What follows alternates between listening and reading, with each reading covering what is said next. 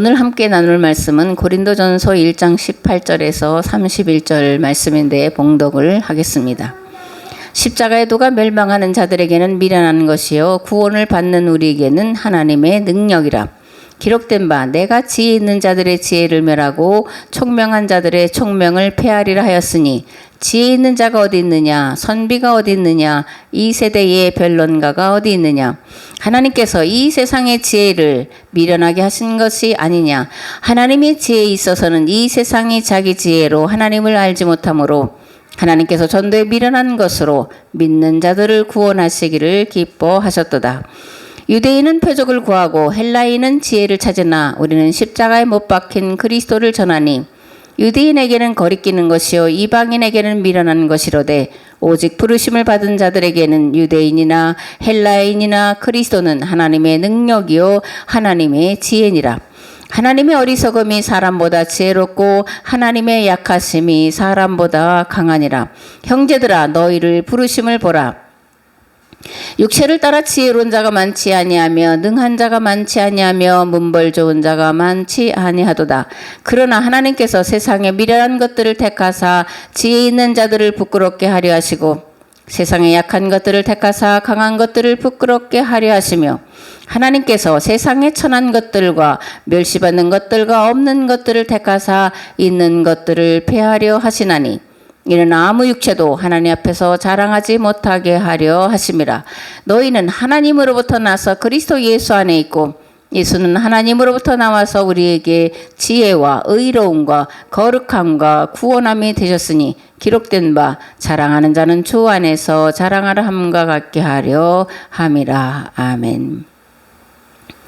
본문에서 사도 바울이 십자가의 도를 말하는데 이 십자가의 도를 이해하려면 먼저 사도 바울이 예수님을 어떻게 소개하는지를 알아야 됩니다. 여기서 십자가의 도라는 것은 십자가의 그 말씀 또는 예수 그리스도의 말씀이라는 의미이기 때문에 바울이 예수님을 어떻게 소개하고 있는지를 알아야 되는데 에베소서와 골로새서에서 사도 바울은 예수님을 이렇게 소개를 합니다. 하늘에 있는 것이나 땅에 있는 것이다 그리스도 안에서 통일되게 하려 하심이라.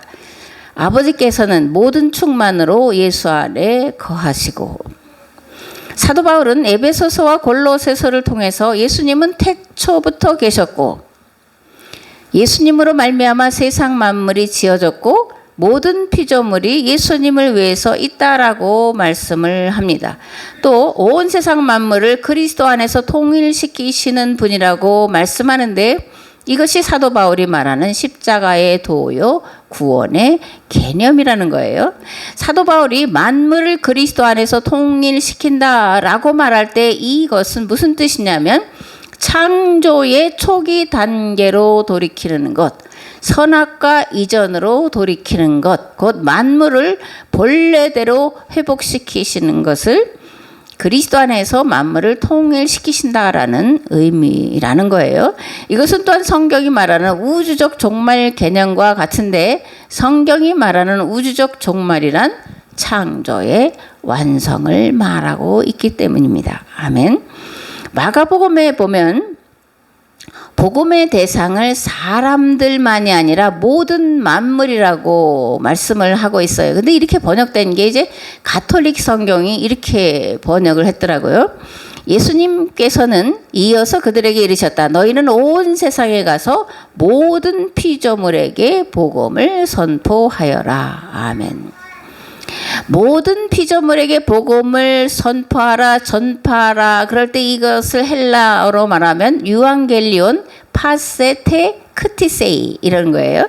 여기서 유앙겔리온은 복음을 말하고 파세는 모든 판테온, 판크레온, 판이라는 게 있잖아요. 이게 모든 것을 말하는데 파세는 모든, 그리고 크티세이는 피조물이라는 뜻을 담고 있습니다. 그러니까 테크티세이는 모든 피조물에게 복음을 전하라는 것이 원문에 가까운 해석이고 이것을 하나의 슬로건으로 만든다면 복음을 모든 것에, 모든 사람에게, 모든 민족에게 라고 할 수가 있습니다. 이 슬로건은 제가 오늘 아침에 붙여본 거예요.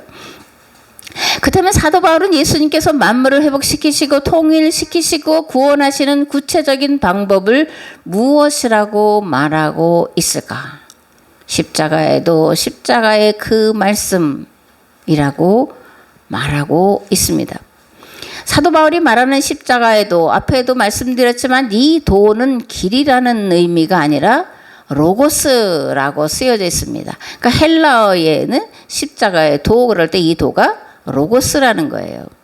그러니까 십자가의 도란 십자가의 그 말씀이라고 번역할 수 있는데 곧 세상 만물의 구원을 위해 대신 십자가를 지고 가는 것이요 십자가의 길은 곧 죽음으로 나아가는 길이요 죽음으로 세상 만물을 살리는 길이다. 그것이 십자가의 도다. 이렇게 사도 바울은 말씀을 하고 있는 거예요.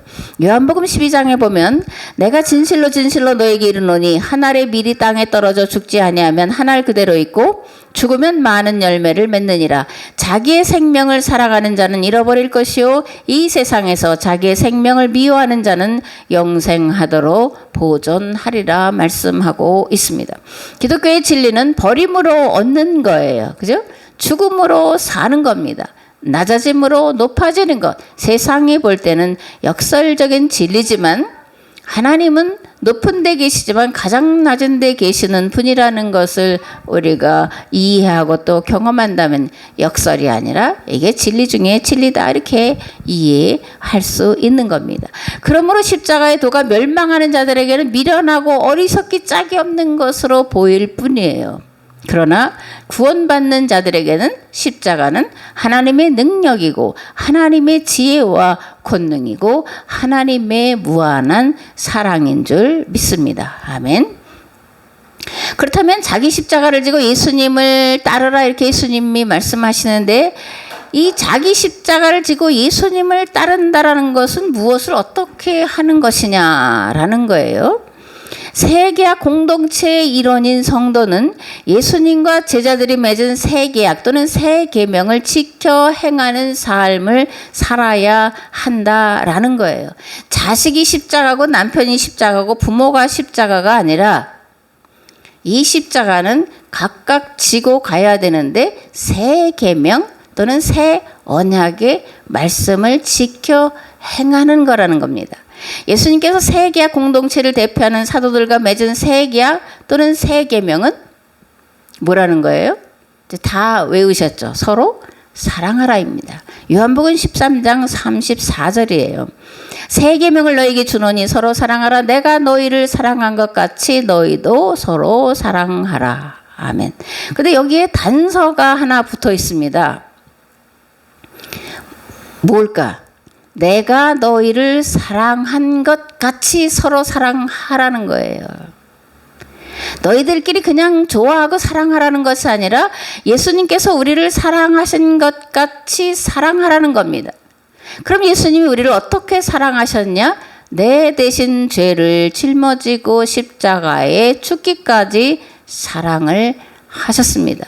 그러므로 새 계명은 서로 사랑하라는 건데 서로를 위해 기꺼이 목숨을 내놓는 사랑을 하라는 하나님의 요청이고 명령인 줄 믿습니다. 아멘. 요한복음 10장에 이렇게 기록되어 있습니다. 나는 선한 목자라. 나는 내 양을 알고 양도 나를 아는 것이 아버지께서 나를 아시고 내가 아버지를 아는 것 같으니 나는 양을 위하여 목숨을 버리노라. 아멘. 그렇다면 자기 십자가를 지는 것, 예수님이 우리를 사랑하신 것처럼 서로 사랑하라는 것은 구체적으로 무엇을 하라는 거냐? 복음을 위해 순교하라는 거냐? 그런 말씀이 아니죠. 그죠? 계명을 지키라는 겁니다. 아버지께서 나를 사랑하신 것 같이 나도 너희를 사랑하였으니 나의 사랑 안에 거하라. 내가 아버지의 계명을 지켜 그의 사랑 안에 거하는 것 같이 너희도 내 계명을 뭐하면? 지키면 내 사랑 안에 거하리라. 내가 이것을 너에게 이름은 내 기쁨이 너희 안에 있어 너희 기쁨을 충만하게 하려 함이라. 내 계명은 곧 내가 너희를 사랑한 것 같이 너희도 서로 사랑하라 하는 이것이니라. 아멘. 예수님께서 서로 사랑하는 구체적 실천 방법으로 제시한 것이 뭐라는 거예요? 새 계명을 지키라는 겁니다. 그렇다면 이 새 계명을 지키는 것 것은 개인에게 요청하시는 걸까? 아니면 공동체에게 요청하시는 걸까? 누구에게 요청하시는 걸까요? 계약 공동체에게, 교회에게 요청하시는 하나님의 요청의 말씀이에요. 마태복음 5장에 이런 말씀이 기록되어 있습니다. 누구든지 내 오른편 뺨을 치거든 왼편도 돌려대며 또 너를 고발하여 속옷을 가지고자 하는 자에게 겉옷까지도 가지게 하며 또 내 이웃을 사랑하고 내 원수를 미워하라 하였다는 것을 너희가 들었으나 나는 너희에게 이르노니 너희 원수를 사랑하며 너희를 박해하는 자를 위하여 기도하라. 이같이 한즉 하늘에 계신 너희 아버지의 아들이 되리니 이는 하나님이 그 해를 악인과 선인에게 비추시며 비를 의로운 자와 불의한 자에게 내려주심이라. 아멘. 오른편 뺨을 치거든 왼편 뺨도 때리라고 이렇게 돌려대라는 거예요. 원수를 사랑하며 박해하는 자를 위하여 기도하라는 거예요. 이 말씀을 문자대로 해석하면 이게 말이 될까? 그죠? 그리고 모든 세상 사람들에게 이렇게 하라는 거냐? 아닙니다. 만일 아무에게나 누가 내 오른뺨을 때렸는데 그래 왼뺨도 때려주세요. 이게 말씀대로 사는 거예요. 그렇게 한다면 이 사람을 세상 사람들이 뭐라 그러겠냐고요. 저 사람이 정상이야 제정신이야 그러겠죠. 그죠? 이 말씀은 그러므로 철저히 계약 공동체에 속한 이들에게 계약 공동체 안에서 적용하라는 거예요. 예수님을 그리스도로 믿고 고백한다는 것이 뭐냐? 계약법대로 쭉 서로 사랑하는 법대로 살겠다고 동의하는 거예요. 그리고 그렇게 동의한 사람들끼리 모여 있는 것을 교회라고 말하는 겁니다. 하나님은 계약 공동체와 함께 거하시는 분이세요. 성령님은 임마누엘 되셔서 계약 공동체가 서로 사랑하며 살도록 도우시고 이끄시는 진리의 영이십니다. 거듭 말하지만 예수 그리스도와 맺은 새 계약을 따라 살기를 동의하고 나온 자들, 교회 안에서 오른뺨을 때리거든 왼뺨도 대라. 너를 저주하고 미워하는 자를 위하여 용서하고 기도하라. 이렇게 말씀을 한 거예요. 두 번째로 더 중요한 것은 공동체 안에서 서로 뺨 맞을 짓을 하지 말라는 거예요. 서로 원수가 될 일을 하지 말라는 겁니다. 뺨 맞을 짓을 해놓고 오른뺨을 때리니까 왼뺨도 대라. 그런 어리석고 미련한 말씀이 아니라는 겁니다. 서로 사랑하는 건 서로 뺨 맞을 짓을 하지 않는 거예요. 서로 원수될 일을 하지 않는 겁니다. 서로 미워할 일을 하지 않는 거예요. 그리고 서로 그리스도께서 우리를 사랑하신 것처럼 목숨을 내어 주는 사랑을 하는 것. 그런 자들을 성도다. 그런 자들의 모임을 교회다라고 부르고 있습니다. 아멘. 이스라엘은 계약 공동체로 출발한 나라예요. 신앙 공동체로 출발한 나라입니다. 하나님은 이들과 계약을 맺으셨습니다. 왜 하나님은 이들과 계약을 맺으셨을까? 첫째, 이들이 아브라함의 후손이기 때문에 그래요. 하나님은 아브라함에게 이렇게 약속을 하셨습니다. 아브라함이 여호와를 믿으니 여호와께서 이를 그의 의로 여기시고 또 그에게 이르시되 나는 이 땅을 내게 주어 소유를 삼게 하려고 너를 갈대아인의 우르에서 이끌어낸 여호와니라. 그가 이르되 주 여호와여 내가 이 땅을 소유로 받을 것이 무엇으로 알리일까? 해질 때에 아브라함에게 깊은 잠이 임하고 큰 흑암과 두려움이 그에게 임하였더니 여호와께서 아브라함에게 이르시되 너는 반드시 알라 네 자손이 이방에서 객이 되어 그들을 섬기겠고 그들은 400년 동안 네 자손을 괴롭히리니 그들이 섬기는 나라를 내가 징벌할지며 그 후에 네 자손이 큰 재물을 이끌고 나오리라. 네 자손은 4대 만에 이 땅으로 돌아오리니 이는 아모리 족속의 죄악이 아직 가득 차지 아니함이니라 하시더니 그날에 여호와께서 아브라함과 더불어 언약을 세워 이르시되 내가 이 땅을 애굽 강에서부터 그 큰 강 유브라데까지 네 자손에게 주노니. 아멘. 하나님께서 아브라함과 아브라함의 후손에게 이 애굽에서부터 유브라데까지, 지금으로 말하면 애굽에서 메소포타미아 이 전 지역을 아브라함의 후손에게 땅을 주시겠다고 하는 그런 약속의 말씀이에요. 그렇다면 아브라함의 자손이기 때문에 그들과 계약을 맺으셨다라는 것은 무슨 뜻일까? 야곱의 후손들이 애굽 땅에서 400년 동안 고난의 삶을 살면서 자신들도 모르게 아브라함의 믿음을 이어받는 신앙 공동체, 민족 공동체로 세워져 갔기 때문에 그러는 거예요. 그냥 아브라함의 후손이라고 해서 약속한 것을 주신다라는 것이 아니라 아브라함의 믿음을 따라 살아갈 때에 아브라함에게 약속하신 그 약속을 이루어 주신다라는 그런 말씀입니다. 그렇다면 아브라함은 어떤 생각과 계획을 가지고 살았을까? 하나님께서 세상을 완성하실 때까지 계속 온 세계의 교회마다 반복되는 말씀은 창세기 12장 1절에서 4절 말씀이에요. 이게 교회가 가야 될 방향을 제시하는 큰 그림이기 때문에 그렇습니다. 여호와께서 아브라함에게 이르시되 너는 너의 고향과 친척과 아버지의 집을 떠나 내가 네게 보여줄 땅으로 가라. 내가 너로 큰 민족을 이루고 네게 복을 주어 내 이름을 창대하게 하리니 너는 복이 될지라.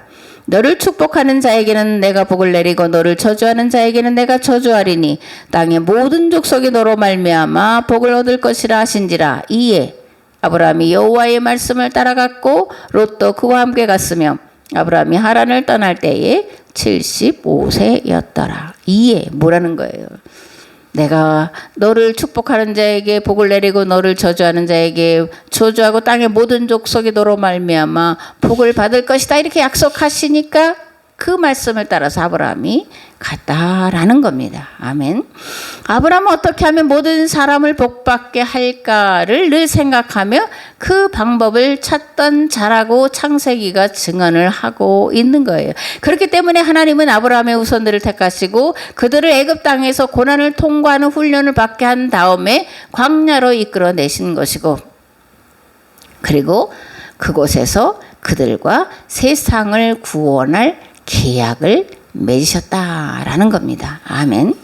그렇다면 하나님이 이들과 계약을 맺은 목적은 뭐라는 거예요? 방금 말씀드린 대로 세상을 구원할 그 일을 하게 하려 하시는데, 세상을 구원하려고 하는 것은 하나님의 가장 크고 원대한 목적, 그죠? 그 하나님이 하실 일을 대행하게 하기 위해서 이들과 계약을 맺으셨다라는 거예요. 하나님이 하실 일, 이 땅을 거룩한 나라로 만드는 거예요. 그죠? 거룩한 나라란 계약법대로 사는 나라를 말하는 겁니다. 거룩한 나라의 모습은 어떤 모습일까? 우리는 메뚜기처럼 이슬이나 먹고 고상하고 아주 고고한 학처럼 그렇게 사는 걸 거룩한 나라라고 생각하는데, 그런데 거룩한 나라, 하나님 나라는 어떤 모습이냐? 안식이 있는 나라예요. 신명기 5장에 보면 안식일법을 기록을 하고 있는데, 너같이 안식하라가 안식일법의 핵심이라고 말씀을 하고 있습니다. 쉬지도 못하고 먹지도 못하고 짐승처럼 살던 이들에게 강제예요. 강제로 쉴 수 있도록 법으로 제정해 놓으신 것이 안식일법이에요. 그러면서 너같이 안식하게 하라 명령을 하신 겁니다. 우리가 살아가야 하는 하나님 나라는 하늘에 있는 초월적이고 영적인 나라를 말하는 게 아닙니다. 이 땅에서 열심히 일한 것으로 건강하고 행복한 가정을 일구고 살아가는 나라가 이 땅에 이루어야 될 하나님 나라예요. 그리고 그 하나님 나라를 완성하시려고 우리 주님이 다시 이 땅에 오시는 겁니다. 아멘. 그러므로 하나님 나라는 거듭 말하지만 안식이 있는 나라예요. 자기가 열심히 일한 것으로 가정을 아름답고 행복하고 건강하게 꾸려 나가는 겁니다. 고아와 과부와 나그네가 없는 나라예요. 빈부 차이가 없고 신분과 계급 차별이 없는 나라. 이것이 하나님이 이 땅에 우리로 하여금 실현해야 될 나라라고 신약과 구약에서 말씀을 하고 있는 겁니다. 아멘. 하나님께서 출애굽한 이스라엘 공동체를 가나안 땅에 들어가도록 허락하신 것은 가나안 땅을 공의와 정의가 실현된 나라, 곧 모두가 더불어 행복하게 살아가는 나라로 만들게 하기 위함이었습니다. 거룩한 삶을 보여줌으로 가나안 7 부족뿐만이 아니라 주변 나라들 곧 모압, 암몬, 에돔, 두로, 시돈, 메소포타미아 그리고 애굽까지 다 거룩한 공동체에 합류하도록 만들라고 땅을 주시고 그리고 그들과 함께 하시겠다고 약속하시고 함께 하신 거예요. 아멘. 이런 하나님의 나라는 사람의 지혜나 사람의 희생이나 어떤 수고로 이루어질 수 있는 그런 나라가 아닙니다. 그러나 가나안 일경으로 거룩한 나라를 만들려고 한다면 그 일을 위해 최선을 다한다면 그렇게 되도록 도와주시겠다라는 거예요. 이게 하나님의 약속입니다. 도와주시는데 세상에서 그 방법을 찾을 수 없다면 어떻게 하시겠다라는 거예요? 하늘의 방법을 동원하시겠다라는 겁니다. 하늘의 방법은 때로는 우박을 내리시고 때로는 천둥을 통해서 때로는 지진을 통해서 태양을 머무르게 하시고 달을 머무르게 하시는 초자연적인 사건을 불러서 이 땅에 하나님 나라를 이루도록 도와주시겠다. 이것이 약속인 것을 믿습니다. 아멘. 스가랴서 4장에 이런 말씀이 기록되어 있습니다. 내게 말하던 천사가 다시 와서 나를 깨우니 마치 자는 사람이 잠에서 깨어난 것 같더라. 그가 내게 묻되 내가 무엇을 보느냐? 내가 대답하되 내가 보니 순금 등잔대가 있는데 그 위에는 기름 그릇이 있고 또 기름 그릇 위에 7 등잔이 있으며 그 기름 그릇 위에 있는 등잔을 위해서 7 관이 있고 그 등잔대 곁에 2 감람나무가 있는데 하나는 그 기름 그릇 오른편에 있고 하나는 그 왼편에 있나이다 하고 내게 말하는 천사에게 물어 이르되 내 주여 이것들이 무엇이니까 하니 내게 말하는 천사가 대답하여 이르되 네가 이것들이 무엇인지 알지 못하느냐 하므로 내가 대답하되 내 주여 내가 알지 못하나이다 하니 그가 내게 대답하여 이르되 여호와께서 스룹바벨에게 하신 말씀이 이러하니라. 만군의 여호와께서 말씀하시되 이는 힘으로 되지 아니하며 능력으로 되지 아니하고 오직 나의 영으로 되느니라. 큰 산아 내가 무엇이냐? 내가 스룹바벨 앞에서 평지가 되리라. 그가 머릿돌을 내놓을 때 무리가 외치기를 은총이 그에게 있을지어다 하리라 하셨고 여호와의 말씀이 또 내게 임하여 이르시되 스룹바벨의 손이 이 성전의 기초를 놓았은즉 그의 손이 또한 그 일을 마치리라 하셨나니 만군의 여호와께서 나를 너에게 보내신 줄을 내가 알리라 하셨느니라. 아멘. 무슨 말씀이냐면 2 감람나무는 귀한 공동체 이스라엘의 2 지도자를 말해요. 하나는 대제사장 여호수아를 말하고 그리고 다른 하나는 총독 스룹바벨을 말하는 겁니다. 이스라엘 백성들이 바벨론 포로 70년 생활을 끝내고 예루살렘으로 귀환을 했는데 그런데 그들이 올 때는 기쁨과 감사와 즐거움으로 노래하며 왔는데 막상 예루살렘에 돌아와 보니까 상황이 어떻더라는 거예요. 이미 다른 민족들이 들어와 있어서 그리고 성벽도 다 무너지고 성전도 다 무너져서 살 수가 없는 지경이 됐다라는 거예요.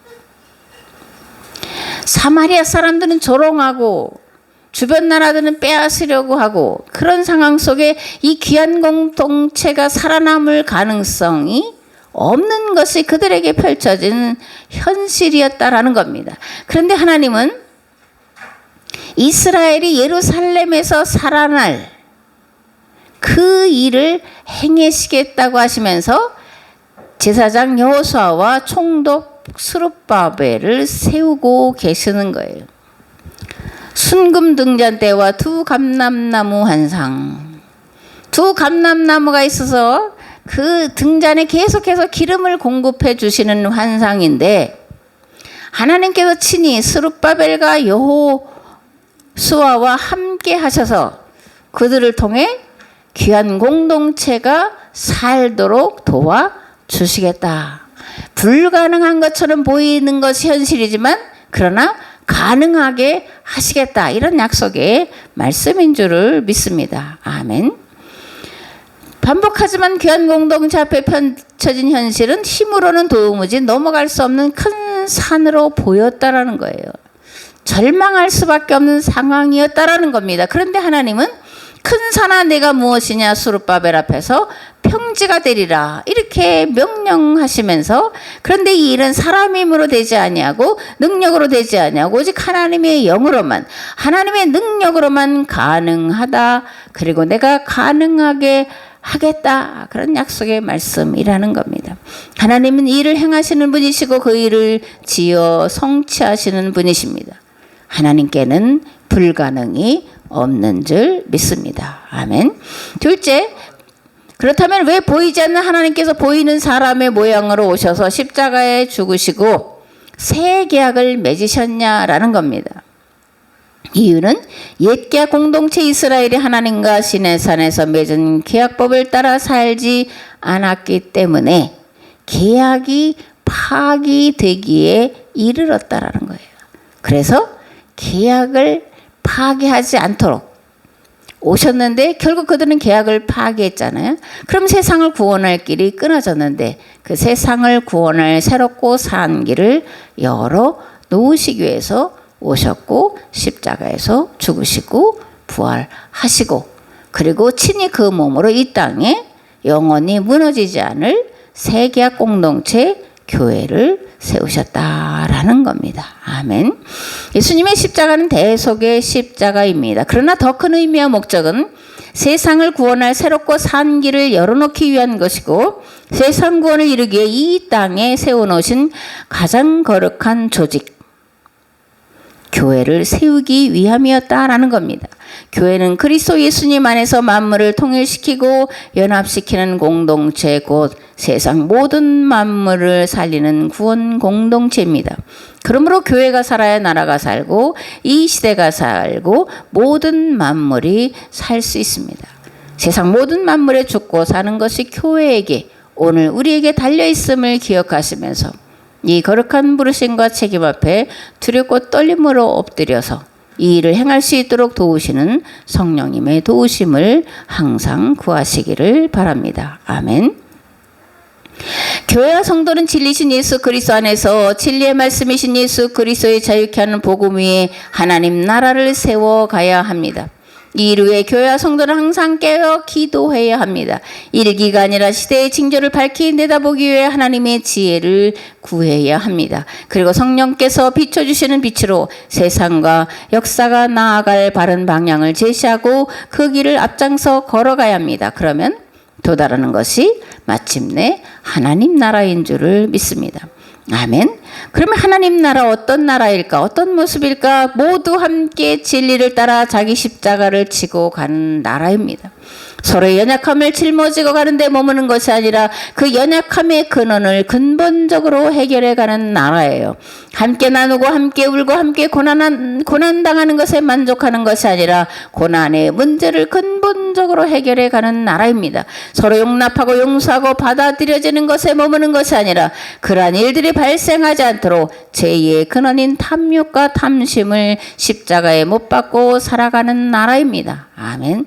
이러한 나라 누가 들어갈 수 있냐? 내 힘으로 들어갈 수 없고 내 능력으로 들어갈 수 없습니다. 오직 성령의 인도하심과 도우심으로만 들어갈 수 있습니다. 그러나 그렇다고 해서 나는 아무것도 안 해도 되느냐?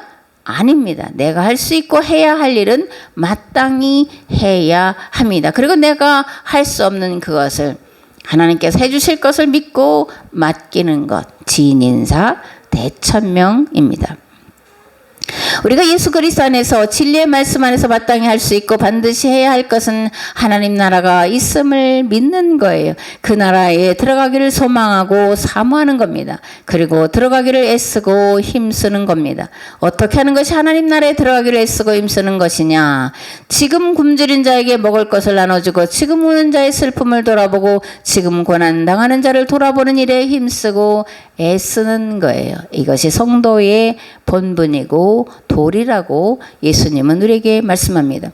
마태복음 25장에서 하나님 나라에 들어갈 자와 들어가지 못할 자가 누구인지 그 기준을 분명하게 제시하고 있는데, 모든 민족을 그 앞에 모으고 각각 구분하기를 목자가 양과 염소를 구분하는 것 같이 하여 양은 그 오른편에 염소는 왼편에 두리라. 그때에 임금이 그 오른편에 있는 자들에게 이르시되 내 아버지께 복받을 자들이여 나와 창세로부터 너희를 위하여 예비된 나라를 상속받으라. 내가 줄일 때에 너희가 먹을 것을 주었고 목마를 때에 마시게 하였고 나그네 되었을 때에 영접하였고 헐벗을 때에 옷을 입혔고 병들었을 때에 돌아보았고 옥에 갇혔을 때에 와서 보았느니라. 이에 의인들이 대답하여 이르되 주여 우리가 어느 때에 주께서 줄이신 것을 보고 음식을 대접하였으며 목마르신 것을 보고 마시게 하였나이까. 어느 때에 나그네 되신 것을 보고 영접하였으며 헐벗으신 것을 보고 옷 입혔나이까. 어느 때에 병드신 것이나 옥에 갇히신 것을 보고 가서 배웠나이까 하리니, 임금이 대답하여 이르시되 내가 진실로 너희에게 이르노니 너희가 여기 내 형제 중에 지극히 작은 자 하나에게 한 것이 곧 내게 한 것이니라 하시니라. 아멘. 십자가, 대속, 희생, 헌신, 세상 구원을 위해 고난당함, 이 모든 것들은 세상 사람들의 눈에는 어리석고 미련하기 짝이 없는 것들입니다. 그러나 예수님을 주와 그리스도로 믿고 따르는 우리에게 십자가는 하나님의 능력이요 권능이요 무한한 사랑과 은혜입니다. 이런 십자가의 능력, 십자가의 은혜를 경험하시기를 우리 주 예수 그리스도의 이름으로 축복합니다. 아멘.